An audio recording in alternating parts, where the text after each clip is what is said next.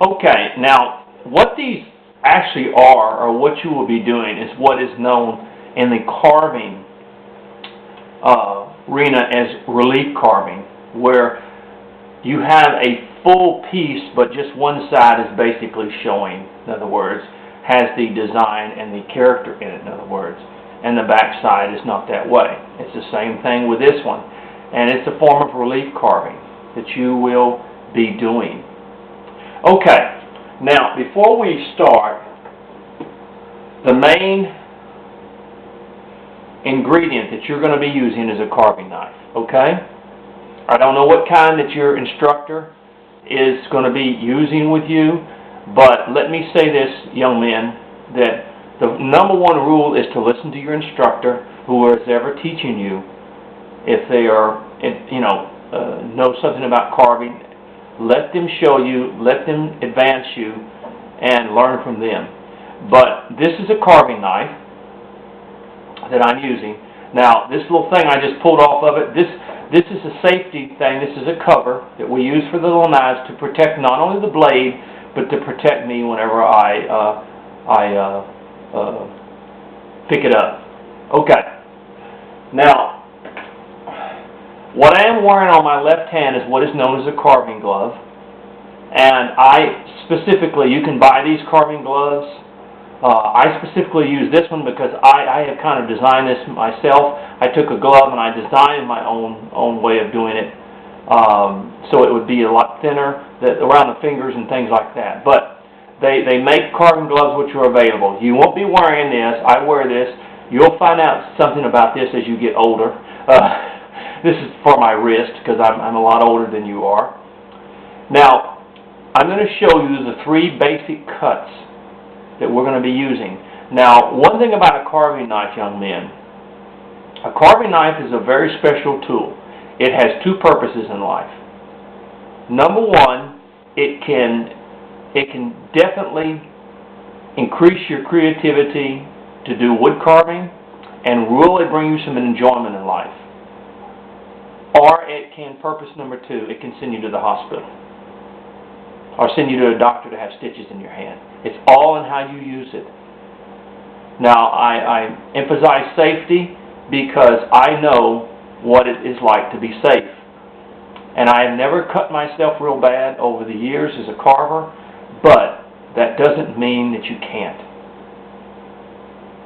So, number 1 lesson I will teach you is whenever you are carving, always keep your eyes on the project itself.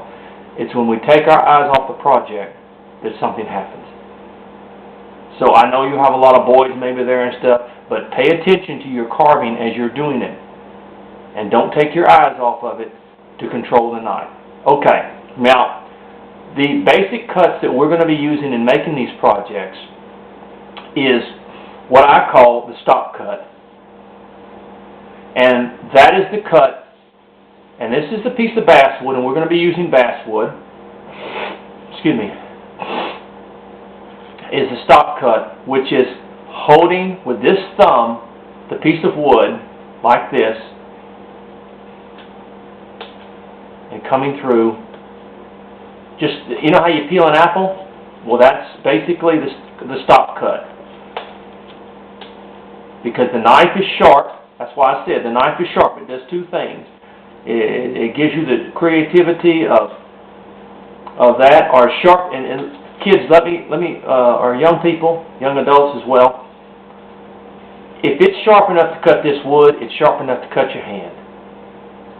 That's what it's made for.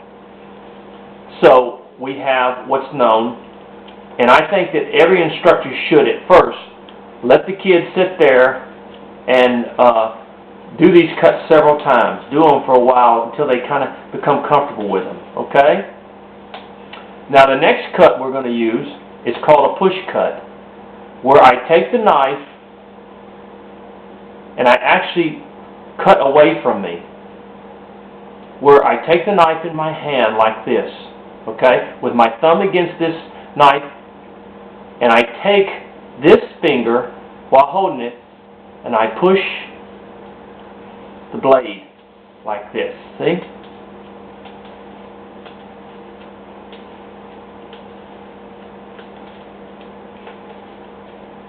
And as an instructor, I would definitely spend some time showing the kids this specific move, okay?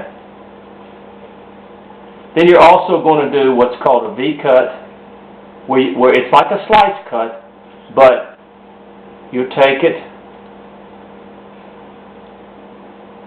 and you hold your project, and then you come back and you cut it like that. Now, I'm not with you, so I can't show you specifically these cuts, okay? I mean, I'm showing them to you on video, but I can't be there to specifics. So you know, your teacher will show you that, or whoever is teaching you how to get your merit badge in such a way.